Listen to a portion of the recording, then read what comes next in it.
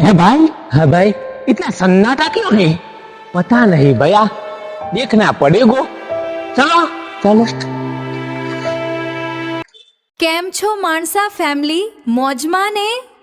જુઓ બજાર કેવું ખુલ્લું, દબાણ હટવાથી રસ્તા સુમસામ સ્વચ્છ રોમાંચક લાગે છે. હા મારું માણસા હા.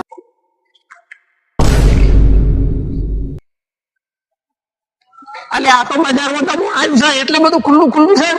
ડબલ હટાવ્યું એટલે એટલે આ મારા મનમાં કોરોના પાછો આવ્યો કહું.